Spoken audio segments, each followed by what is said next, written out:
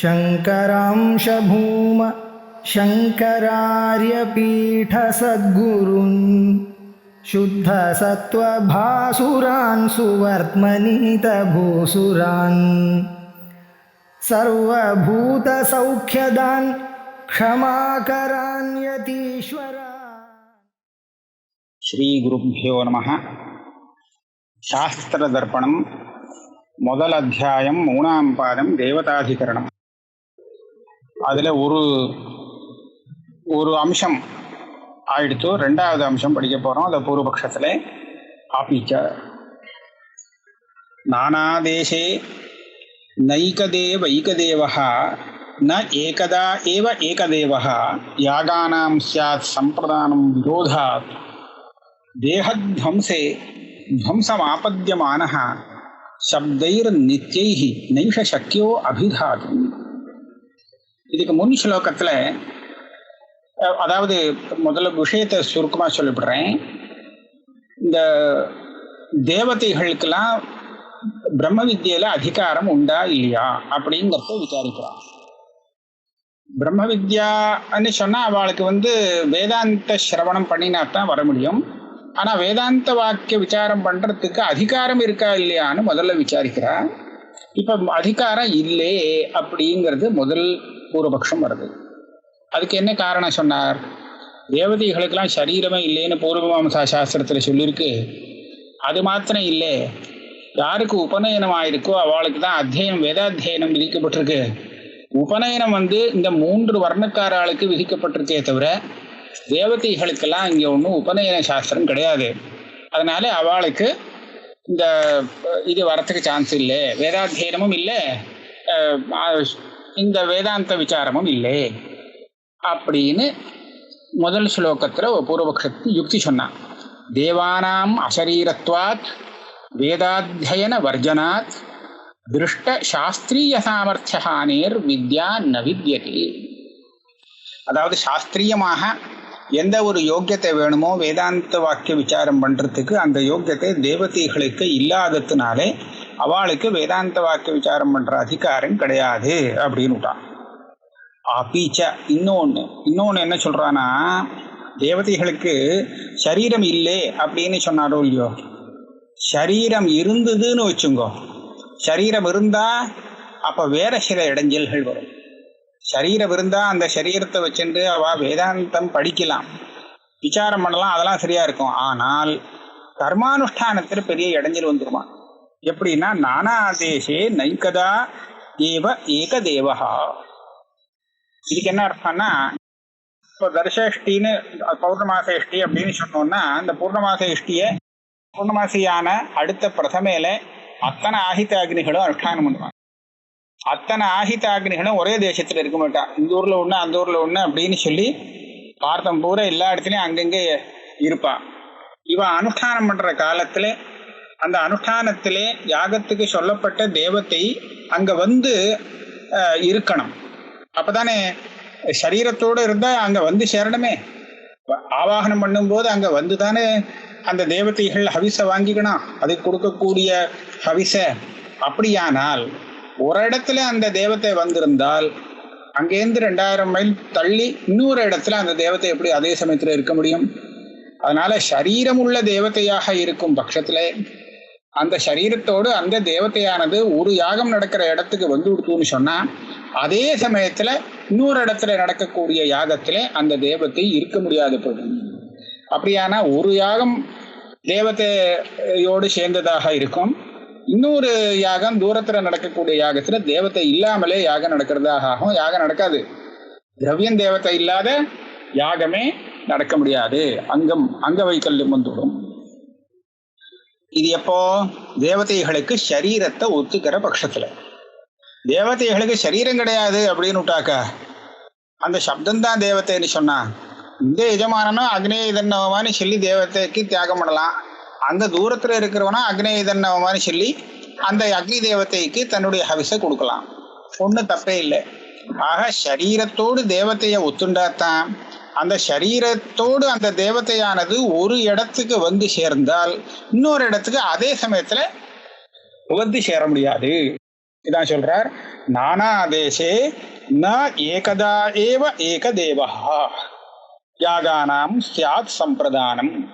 பல இடங்கள்ல நடக்கக்கூடிய யாகங்களுக்கு, பல தேசங்கள்ல நடக்கக்கூடிய யாகங்களுக்கு ஒரே சமயத்துல ஒரே தேவதை அங்க இருக்க முடியாது, இருக்க முடியாது. சரீரத்தோடு சேர்ந்து இருக்கும் பட்சத்துல அது விரோதம், பிரத்யக்ஷ விரோதம். நான் இந்த ஊர்ல இந்த யாகத்துல இருக்கான், அப்படி ஒரு பிராமணன் இருக்கான்னு சொன்னா அதே பிராமணன் அதே சமயத்துல இன்னொரு இடத்துல நடக்கக்கூடிய யாகத்துல இருக்க முடியாது அப்படிங்கிறத நம்ம பார்க்கிறோம். அதே மாதிரி அக்னி தேவத்தை இந்த யாகத்துக்கு வந்திருந்தால் அந்த தேவத்தை அந்த யாகத்துல அதே சமயத்துல போக முடியாது. தேகத்வம்சே துவம்சமாபத்தியமானஹா. அது மாத்திரம் இல்லை, வேதத்துல ஆக்னேய வஷ்டாகபாலம் நிருபதி அப்படின்னு அக்னி தேவதைக்கு அந்த யாகத்தை சொல்லியிருக்குன்னு சொன்னா, இந்த அக்னிசப்த வாச்சியமான தேவத்தை நித்தியமாக இருந்தால் தானே அந்த அக்னிக்கு அந்த யாகம் பண்ண முடியும். சரீரம் உள்ளதாக அந்த தேவத்தையை ஒத்துண்டுட்டா தேகத்வம்சே துவம்சமாபத்தியமானஹா, அந்த சரீரம் நிச்சயமா அழிஞ்சு போகும். சரீரம் அழிஞ்சு போச்சுன்னா அந்த தேவத்தை போச்சு. அப்போ அந்த அக்னிசப்தார்த்தமான தேவத்தையே ஒரு நாளைக்கு இல்லாத போயிடுச்சுன்னு சொன்னா அப்ப ஆக்னேய புரோடாசி யாகம் எப்படி பண்றது? தேவத்தையே இல்லையே, இருந்த தேவத்தை போயாச்சு. அப்போ அது மாத்திரம் இல்லை, சப்தைர் நித்தியைஹி நைஷ சக்கியா அபிதாத்தும். வேதத்தை நித்தியம்னு சொல்லியிருக்கு. வேதத்தில் உள்ள சப்தத்துக்கும் அதனுடைய அர்த்தத்துக்கும் சம்பந்தம் நித்தியம்னு வேற சித்தாந்தம் இருக்கு. அது நித்தியமா இருக்கணும்னு சொன்னா சப்தம் எப்படி நித்தியமோ அதே மாதிரி அதனுடைய அர்த்தமும் நித்தியமாக இருந்தா தானே முடியும். சரீரம் உள்ளதாக அக்னி தேவதா அக்னி தேவத்தையை ஏற்றுனுட்டா அக்னி சப்தத்துக்கு அந்த தேவத்தை தான் அர்த்தம் அப்படின்னு சொல்லிட்டா அந்த தேவத்தை அழியக்கூடிய ஒன்னாக ஆயிடும். அப்படியானால் சப்தார்த்த சம்பந்தம் நித்தியம்னு சொல்ல முடியாது, ஏன்னா அர்த்தம் அனித்தியம் ஆயிடும். அப்படி இருக்கும்போது வேதத்துக்கு அந்த ஸ்வத பிராமாண்யம் சொல்லக்கூடிய அந்த யுக்தி எல்லாம் தப்பாக போயிடும். அதனால நித்தியைஹி சப்தைஹி நைஷ சக்கியா அபிதாசம். ஆகையாலே தேவதைகளுக்கு சரீரமே கிடையாது. சரீரம் இல்லாத காரணத்தினாலே அவ இந்த வேதாந்த விசாரம் பண்ணலாமா பண்ண முடியாதா அப்படின்னு ஒரு சந்தேகத்துக்கு இடம் இல்லை. அவளால் பண்ணவே முடியாது. வேதாந்த விசாரம் பண்றதுக்கு அவளுக்கு சௌகரியம் இல்லை. ஏன்? குரு அந்த வேதாந்த வாக்கியத்துக்கு அர்த்தங்களை சொல்லணும். குருக்கு சரீரம் இருக்கு, அவர் ஒன்னா சொல்லிடுவார். ஆனா சொன்ன வேதாந்த வாக்கியார்த்தத்தை காதால தானே அவ கேட்கணும். காதுங்கிறது ஒரு சரீரத்தினுடைய அவயவம் தானே, சூக்ஷ்ம சரீரத்தில் சேர்ந்தது தானே இந்திரியமும். அப்ப அந்த சரீரம் இல்லாதவாளுக்கு இந்த வேதாந்த விசாரம் எப்படி உபயோகப்படும்? கேட்காமலே அந்த அந்த அர்த்தம் எப்படி புரிய முடியும்? அதனாலே சரீரேந்திரியம் இல்லாத தேவதைகளுக்கு வேதாந்த வாக்கிய விசாரம் பண்ணி, அதாவது சிரவணாதிகள் பண்றதுக்கு யோக்கியத்தை கிடையாது. அத்ரோச்சியதே. இப்ப சித்தாந்தி வரார். அவர் சொல்றார், வித்தேக வாக்கியதாம் யாத்தும் யோர்த்தா சப்தை ரதத்பரைஹி அவிருத்தா பிரதீயேத சஹா தைரேவ பிரமீயதே.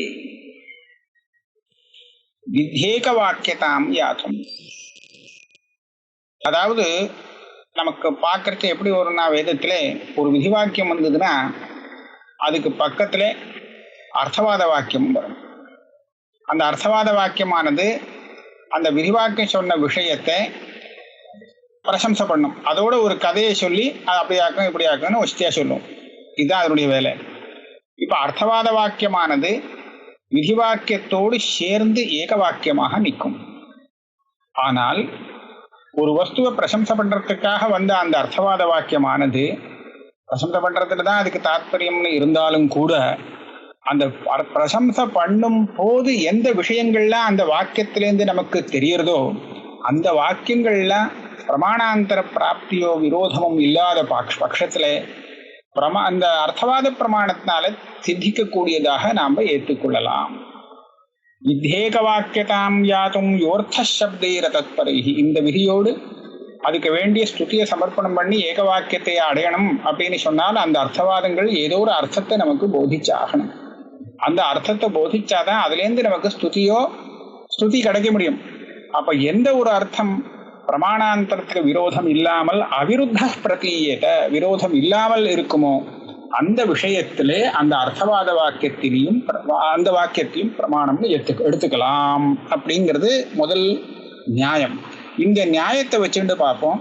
இப்ப நமக்கு தேவதைகளுக்கு விக்கிரகாதிகள், அதாவது சரீரம் இருக்கு, இந்திரியம் இருக்கு, அதுவும் கிரகிச்சுக்கும் அப்படிங்கிற விஷயங்கள்லாம் தெரியறதுன்னு மேல சொல்ல போற. மந்திரார்த்தவாதாகி ஜகிருத்மாதே தக்ஷிணம் இந்திரஹஸ்தம் மேதாதிதேர்மேஷ இத்தியாதயः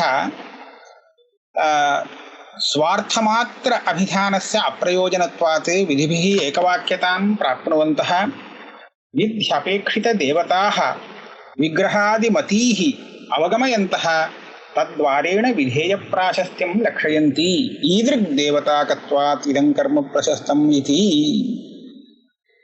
மந்திரம் அர்த்தவாதங்கள். அர்த்தவாதம் தான் வாஸ்தவமா வித்யேக வாக்கியமாக ஆகிறது. மந்திரங்கிறது பிரயோகத்துல வித்யேக வாக்கியம் ஆகிறது, வாக்கியக வாக்கியம் ஆகிறது. இருந்தாலும் அர்த்தவாதத்துக்கும் மந்திரத்துக்கும் உள்ள நியாய சமானமா இருக்கு. மந்திரமும் தேவதையை ஸ்தோத்திரம் தான் பண்றது, அப்படியாக்கும் இப்படியாக்கும்னு. அர்த்தவாதம் விதேயத்தை ஸ்தோத்திரம் பண்றது அப்படிங்கிறது ஒரு விசேஷம் இருக்கு. ஒரு உதாரணம், இந்த ஜெகத்மாதே தட்சிணம் இந்திரஹஸ்தம் அப்படிங்கிற இடத்துல, ஹே இந்திர, உன்னுடைய தட்சிண ஹஸ்தத்தை நாம் பிடிச்சுக்கிறோம் அப்படின்னு சொல்றது. தட்சிண ஹஸ்தம்னா வலது கை. இந்திரனை பார்த்து என்ன சொல்றது இந்த மந்திரம்? இந்த சொல்றவன் உன்னுடைய வலது கையை பிடிச்சுட்டு வரேன் அப்படின்னு சொல்றான். வலது கைன்னு ஒண்ணு இருந்தா தானே. அப்ப இதுல இருந்து தெரியலையா இந்திரனுக்கு வலது கை இருக்கு? வலது கைனா வலது கை மாத்திரம் இல்லை, அவருக்கு ஒரு சரீரம் இருக்கு. அந்த சரீரத்துல வலது கை இடது கை எல்லாம் இருக்கு. அந்த வலது கையை பிடிச்சுக்கிறேன் அப்படின்னு சொல்றது. அப்ப இதுல இருந்து அந்த இந்திரனுக்கு ஒரு சரீரம் இருக்கு அப்படின்னு தெரியறதா தெரியலையா? அவசியம் தெரியுதுன்னு சொல்றோம். இதே மாதிரி இந்திராகச்ச அப்படின்னு சொல்லி அதுல மேதாதிதேர் மேஷ அப்படின்னு வரும். மேதாதி அங்க ஏதோ ஒரு கதை ஒண்ணு சொல்றது. மேதாதிதின்னு ஒரு மனுஷன் இருந்தார். அவரை போய் இந்த இந்திரன் ஒரு மேஷ ரூபத்துல போய் ஹரணம் பண்ணிட்டு வந்துட்டான்னு ஏதோ ஒரு கதை சொல்றது. ஆக மேதாதிதேர் மேஷான்னு அவனுக்கு பேரும் இத்தியாதய. இந்த மாதிரி சில வச்சனங்கள்லாம் இருக்கே, இதெல்லாம் என்ன சொல்றது? சுவார்த்த மாத்திர அபிதானஸ்ய அப்பிரயோஜனத்துவா. இது சொன்ன அர்த்தத்தை வெறும் சொன்னால் அது விதிவாக்கியத்துக்கு ஒன்றும் சாட்சாத்து உபயோகப்படக்கூடியதான அர்த்தமாக இல்லை. அதனால இது என்ன பண்ணணும் சொன்னா, விதிபிஹி ஏகவாக்கியதாம் பிராப்னுவந்தः வித்யபேக்ஷித தேவதாக விக்கிரகாதிமதீர் அவகமயந்தः. இங்க இடத்துல ஒரே ஒரு பதம் சேர்த்தா நமக்கு சௌரியமா இருக்கும். வித்யபேக்ஷிதமான, விதிக்கு அபேட்சிதமான ஸ்துதிய சமர்ப்பணம் பண்றது. அதாவது விதிக்கு தேவையாக இருப்பது என்ன? விதி என்ன பண்ணணும்?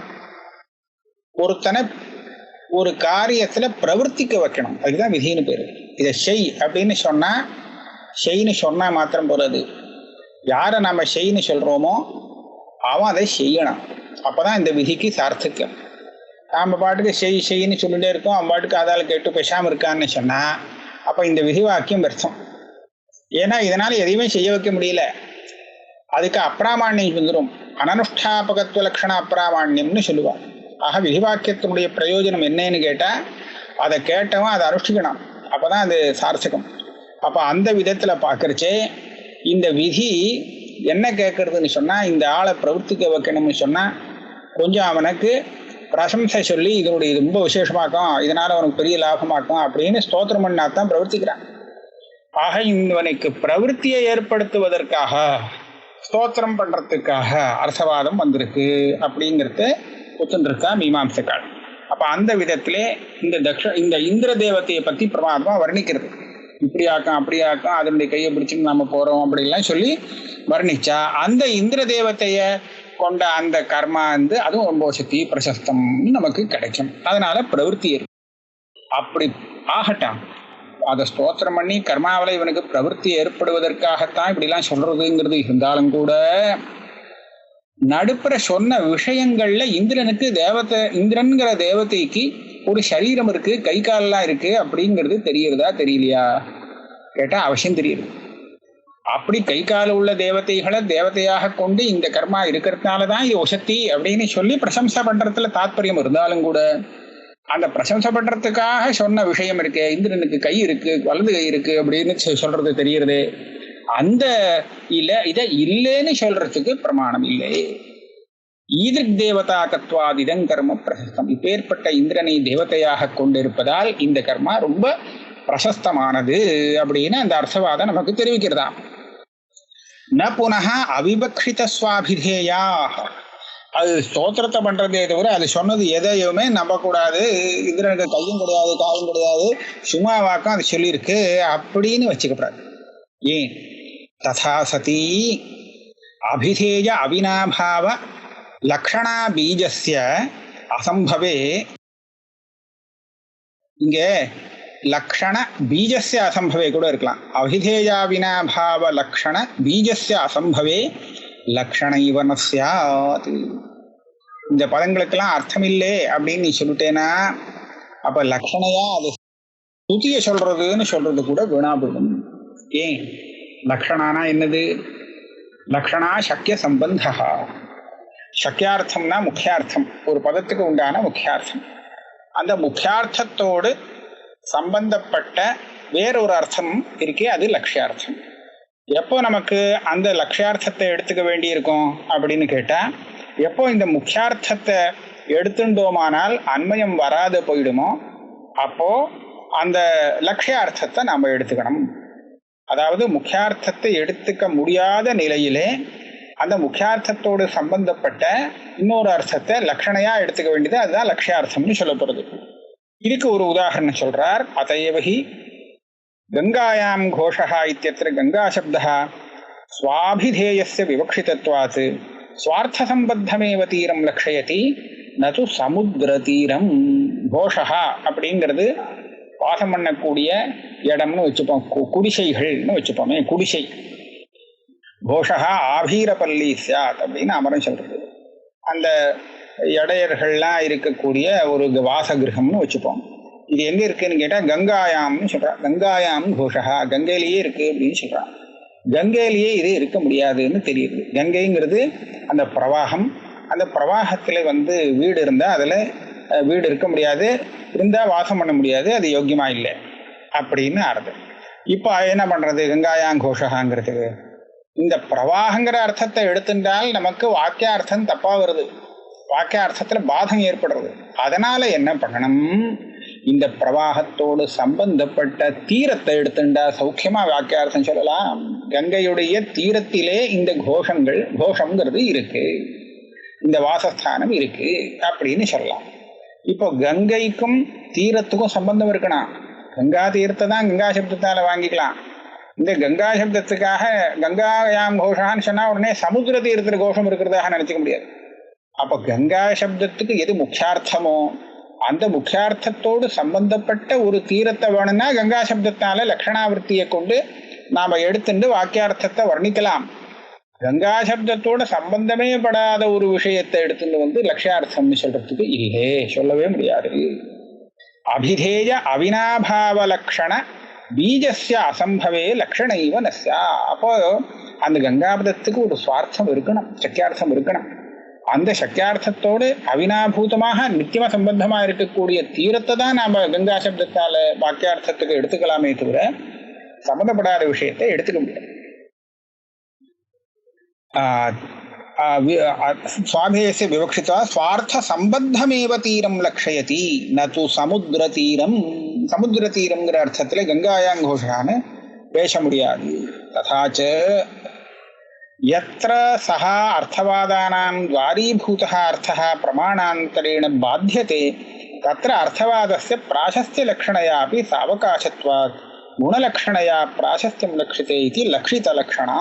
அதனால என்ன பண்ணணும்னா இப்ப எடுத்துக்க வேண்டிய விஷயத்த சொல்லிட்டு இதுக்கு வரேன்.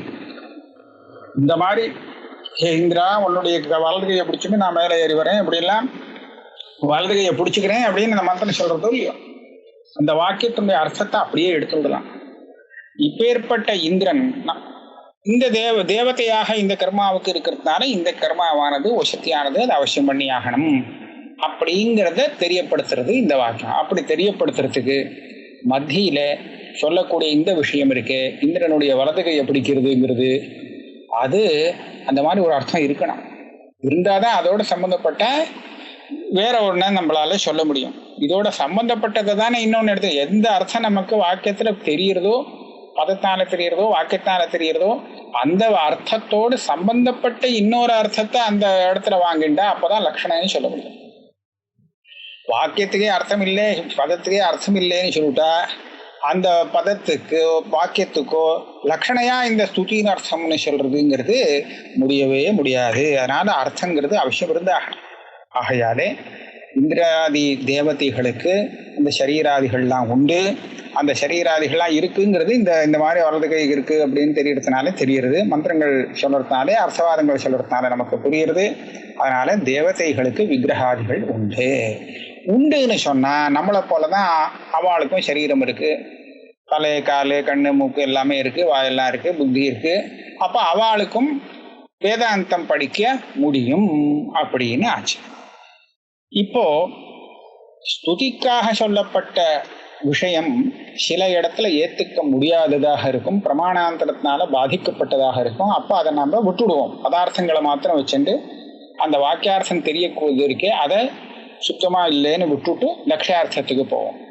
எந்த இடத்துல பிரமாணாந்தரத்தினால அது பாதிக்கப்படாதோ அந்த மாதிரி இடத்துல நாம என்ன பண்ணுவோம்னா அந்த வாக்கியார்த்தத்தை அப்படியே எடுத்துன்னு விடுவோம். அது சொன்னதை அப்படியே எடுத்துருவோம். பிரமாணாந்தர விரோதம் இல்லையே. தேவதைகளுக்கெல்லாம் விக்கிரகம் இல்லைன்னு காரு பார்த்தா அவ விக்கிரகம்னா சரீரம், தேவதைகளுக்கு சரீரம் கிடையாது அப்படிங்கிறத இந்த ஊர்ல இருந்துட்டு எப்படி பார்த்து சொல்ல முடியும்? இது பார்த்து சொல்லக்கூடிய விஷயமே இல்லையே. ஆகையால பிரமாணாந்தரத்துக்கு பிராப்தியும் இல்லை விரோதமும் இல்லைங்கிற இடத்துல நாம் அதை பிரமாணமாக எடுத்துக்கலாம். பிரமாணாந்தர பிராப்தி இருந்ததுன்னு சொன்னா அனுவாதமாக வச்சுக்கலாம். பிரமாணாந்தர விரோதமாக இருந்தால் கவுனம்னு சொல்லி வச்சுக்கலாம் அப்படின்னு வியவஸ்தைய மேல சொல்றார். யத்ர சஹா அர்த்தவாதானாம் துவாரீபூதா அர்த்தா பிரமாணாந்தரேண பாத்தியதே. எந்த இடத்திலே அர்த்தவாதம் சொல்லப்பட்ட விஷயம், அர்த்தவாதத்தில் சொல்லப்பட்ட விஷயம், அதாவது ஸ்துதிக்காக வந்த அர்த்தவாதம் சொல்லக்கூடிய நடுப்புற சொல்லக்கூடிய அந்த விஷயமானது பிரமாணாந்தரத்துக்கு விருத்தமாக இருக்குமோ அந்த இடத்துல நம்ம என்ன பண்ணணும்னு சொன்னா தத்திர அர்த்தவாதஸ்ய பிராசஸ்திய லட்சணையாப்பி சாவகாசத்வாத் குணலட்சணையா பிராசஸ்தியம் லட்சியத்தை இது லட்சித்த லட்சணம். அங்கே சொன்ன அர்த்தத்தை விட்டுடணும். அந்த மாதிரி ஒரு அர்த்தத்தை வச்சுட்டு அதோட சம்பந்தப்பட்ட இன்னொரு அர்த்தத்தை எடுத்துட்டு பிராசஸ்தியத்தை லட்சணம் பண்ண வேண்டியது. இதுக்கு ஒரு உதாரணம் சொல்றார். யதா யஜமான பிரஸ்தரஹ ஐதி. இந்த யஜமான பிரஸ்தரஹாங்கிற இடத்துல பிரஸ்தரஹா அப்படின்னு சொல்லி ஒரு தர்ப முஷ்டி தர்பம், அதுக்கு பிரஸ்தரஹான்னு பேர். யஜமானஹான்னு சொன்னா நம்ம எஜமான யாகம் பண்றோம். யஜமானஹா பிரஸ்தரஹா அப்படின்னு சொன்னா இந்த பிரஸ்தரத்தை போய் எஜமானன்னு சொல்லியிருக்கு. பிரஸ்தரம் தர்ப முஷ்டி, அது எங்கேயாவது யாகம் பண்ணுமோ? அது எஜமானன் ஆக முடியுமோ? முடியாது. அப்ப எப்படி யஜமான பிரஸ்தரஹா அப்படின்னு சொல்லியிருக்கு அப்படின்னு கேட்டா இதுதான் கவுன பிரயோகம். இப்ப கவுனமாக அர்த்தத்தை சொல்லணும். நேரடியான அர்த்தம் சர்வதா பிரத்யக்ஷ பாதிதான். பிரஸ்தரம்னா தர்ப முஷ்டி, இது எஜமானஹானா அங்க யாகம் பண்றவான் ஆள் மனுஷன். இப்படி இருக்கும்போது இதை ரெண்டையும் ஒன்னாக சொல்லவே முடியாது. இது வேற அது வேறன்னு நன்னா தெரியுது. அப்ப நம்ம என்ன பண்ணணும்? சிம்ஹோ தேவதத்தா அப்படின்னு சொல்றாமோ, தேவதத்தனை பார்த்து இது சிங்கமாக்கம், சிம்மம் அப்படின்னு சொன்னா இது கவுன பிரயோகம் எப்படியோ அந்த மாதிரி இந்த பிரஸ்தரத்தை ஸ்தோத்திரம் பண்றதுக்காக எஜமானனை தான் இந்த பிரஸ்தரம் அப்படின்னு சொல்லி பிரஸ்தரத்தை எஜமானனாக ஸ்தோத்திரம் பண்றதுக்காக சொல்லப்பட்டிருக்கு. அப்ப எஜமானன் செய்யக்கூடிய, எஜமானன் கையில அந்த சுருக்க, அதாவது ஆகுதி கொடுக்கக்கூடிய அந்த கரண்டி மாதிரி இருக்கே, கரண்டியை அந்த திரவியத்தை வச்சுக்கக்கூடிய கரண்டியை தாரணம் பண்ண முடியும். இந்த கரண்டியை எல்லாத்தையும் இந்த பிரஸ்தரத்து மேலதான் அவன் வைக்கிறான். அப்படி வைக்கிறதுனால எஜமானன் மாதிரி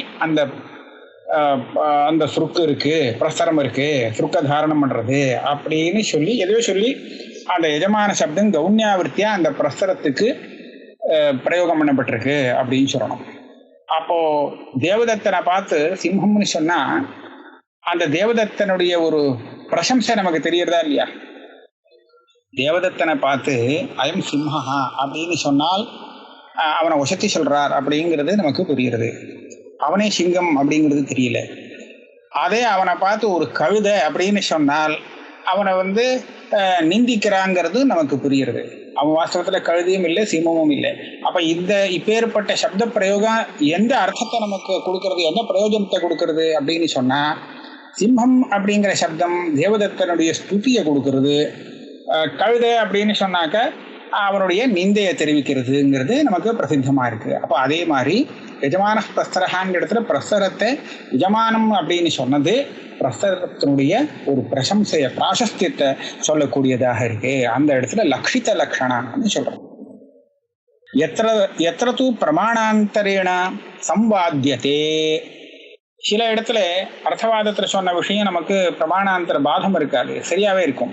யதா வாயுருவை க்ஷேபிஷ்டா தேவதா இதி தத்ர த்வயோரபி பரஸ்பர அனபேக்ஷத்வேன பிரவருத்தேஹ பிரத்யக்ஷ அனுமானயோரிவ பிராமாண்யம்.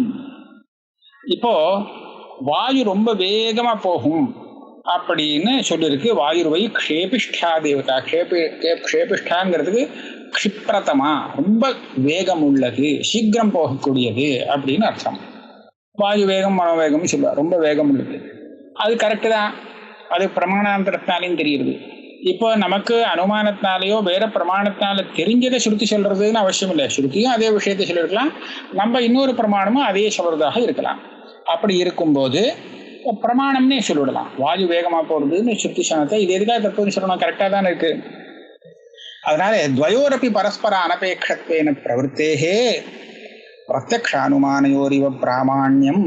இந்த இடத்துல சம்வாதம் அனுவாதம்னு கூட சொல்ல வேண்டியதில்லை, பிராமாண்யம்னே சொல்லிவிடலாம்னு பொது விஷயமா போறான். இதே இடத்துல மற்றவாள்லாம் என்ன சொல்லியிருக்கான்னு சொன்னா, இந்த விஷயம் பிரத்யக்ஷாதி பிரமாணத்தினாலேயும் தெரிஞ்சுக்க முடியும் அப்படிங்கிற காரணத்தினாலே அந்த பிரமாணத்தினால தெரிஞ்ச விஷயத்தை ஸ்ருதி சொல்றது, அதுக்காக இந்த ஸ்ருதியை அனுவாதம் அப்படின்னு சொல்லியிருக்கார்.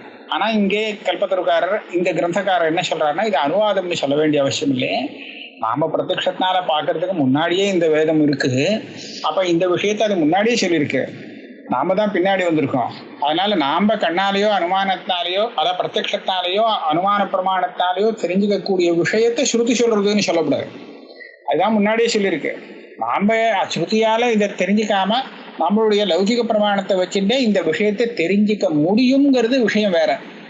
ஆக ஸ்ருதியை அபேட்சிக்காமல் நாமளே நம்ம பிரமாணத்தை வச்சுன்னு இந்த விஷயத்தை தெரிஞ்சுக்கலாம், அல்லது ஸ்ருதியாலையும் தெரிஞ்சுக்கலாம். அப்படி இருக்கிற இடத்துல ரெண்டுக்கும் பரஸ்பர அபேட்சை இல்லாததுனாலே அனுவாதம்னு சொல்லப்படாது, பிரமாணம்னு தான் சொல்லணும் அப்படின்னு சொல்றாரு. எத்திர தூ ந சம்வாத விசம்வாதம். ஆனா சம்வாதம் இருக்கு, இங்கே சம்வாதமும் இல்லை விசம்வாதமும் இல்லை. அப்பேற்பட்ட இடத்துல என்ன பண்றது? ஜெகர்மாதை தக்ஷணம் இந்திரஹஸ்தம், இந்திரனுடைய வலது கையை பிடிக்கிறேன் அப்படின்னு சொல்ற இடத்துல வலது கைன்னு வருதே, இந்த இடத்துல பிரமாணாந்தர சம்வாதம் கிடையாது.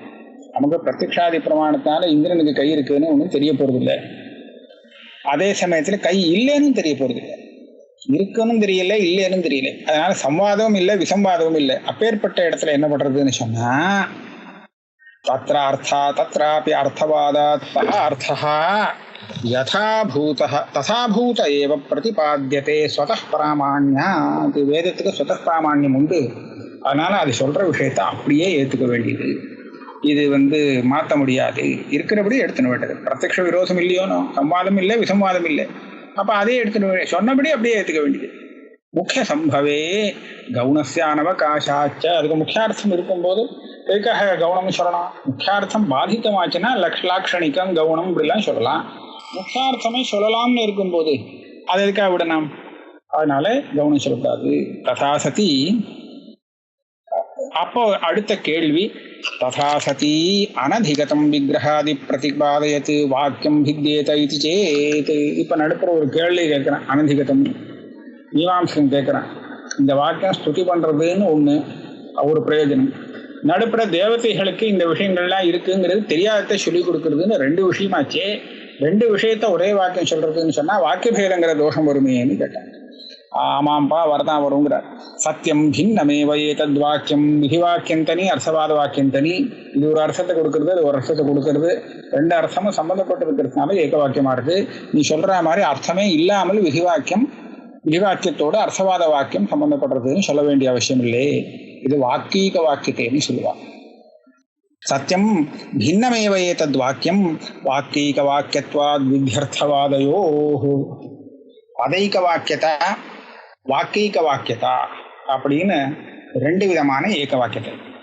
அதுல பதைக வாக்கியதா ஸ்தலத்துல ஒரு ஒரு சில பதங்களை வாக்கியத்திலேருந்து பாதியா எடுத்து இதுக்கு அர்த்தம் சொல்லு அப்படின்னு சொன்னா அதுக்கு தனி வாக்கியார்த்தம் கிடையாது. அர்த்தம் இருக்கலாம், ஆனா அந்த அர்த்தம் அந்த வாக்கியத்தினுடைய தாத்பரிய விஷயமாக இருக்க முடியாது. எப்படின்னா, உதாரணத்துக்கு ஒரு நீட்டமான வாக்கியம் இருக்கு, அந்த வாக்கியத்துல கடைசியில ஒரு ரெண்டு பதத்தை எடுத்து இந்த மாதிரி சொல்லியிருக்கே அப்படின்னு சொன்னா அது வாக்கியார்த்தம் இல்லை. பாஷகாரர் சொல்லிருக்கா நசுராம் பிபேத் அப்படின்னு ஒரு வாக்கியம் இருக்கு. அங்கே சுராம் பிபேத் அப்படின்னு ஒரு வந்திருக்கா இல்லையா அப்படின்னு சொன்னா வந்திருக்கு. ஆனா இதுக்கு அர்த்தம் கிடையாது. நசுராம் பிபேத்னு முழு வாக்கியத்துக்கு தான் அர்த்தமே தவிர அதுக்குள்ள வந்திருக்கிற அந்த ரெண்டு பதத்தை வச்சுட்டு ஒரு விதி அர்த்தம் சொல்ல முடியாது அப்படின்னு சொல்லியிருக்கோம். பதைக வாக்கியத்தா ஸ்தலத்துல தனித்தனியாக அந்த ஏகதேசத்துக்கு அர்த்தம் கிடையாது. சம்பூர்ண வாக்கியத்திலேருந்து என்ன அர்த்தம் கிடைக்கிறதோ அதுக்குதான் பிராமாண்யம். ஆனால் வாக்கீக வாக்கியத்தா ஸ்தலத்துல இப்படி இல்லை. அந்த வாக்கியம் இதே மாதிரி ஒரு வாக்கியார்த்தத்தை போதிக்கும், இந்த வாக்கியமும் அதே மாதிரி இன்னொரு வாக்கியார்த்தத்தை போதிக்கிறது. ரெண்டு வாக்கியார்த்தத்துக்கும் பரஸ்பரம் சம்பந்தம் இருக்குங்கிறது எந்த இடத்துல வருமோ அந்த இடத்துல வாக்கீக வாக்கியத்தை வரும். அப்பேற்பட்ட வாக்கீக வாக்கியத்தா ஸ்தலத்துல ரெண்டு வாக்கியத்துக்கும் தனித்தனியாக அர்த்தம் சொல்லலாம். இப்ப விதிக்கும் அர்த்தவாதத்துக்கும் உள்ள ஏக வாக்கியத்தையானது வாக்கீக வாக்கியத்தா. எப்படின்னு கேட்டா, விதி வாக்கியத்துக்கு ஒரு அர்த்தம் இருக்கு, இதை செய்யணும் அப்படிங்கிறது. அர்த்தவாத வாக்கியம் இந்திரன் அப்படி இருக்கான் இப்படி இருக்கான் அப்படின்னு சொல்லி ஒரு விசேஷ வர்ணனையை செய்யறது, அதுக்கும் அர்த்தம் இருக்கு. ஆனா இது ரெண்டுக்கும் சம்பந்தம் வேற இருக்கு. இப்பேற்பட்ட இந்திரனை தேவதையாக கொண்டு இருக்கிறது அந்த கர்மா, சம்பந்தம் இருக்கு. ஆக இந்த சம்பந்தம் இருக்கிறதுனாலே இந்த ரெண்டு வாக்கியார்த்தம் சேர்றது. அப்பேற்பட்ட இடத்துல வாக்கியங்கிறது தனிதான். வாக்கீக வாக்கியத்தைன்னு சொல்லி ரெண்டு வாக்கியங்களுக்கு ஏக வாக்கியத்தை சொல்லலாம் அப்படிங்கிறது வேதாந்திகள் சொல்லக்கூடிய ஒரு விஷயம். இது பூர்வ மீமாம்சகாலுக்கு இஷ்டம் இல்லை. அதனால வாக்கீக வாக்கியத்வாத் வித்யர்த்தவாதயோ இன்னும் பாக்கி இருக்கு. இதை அடுத்த கிளாஸ்ல பார்ப்போம்.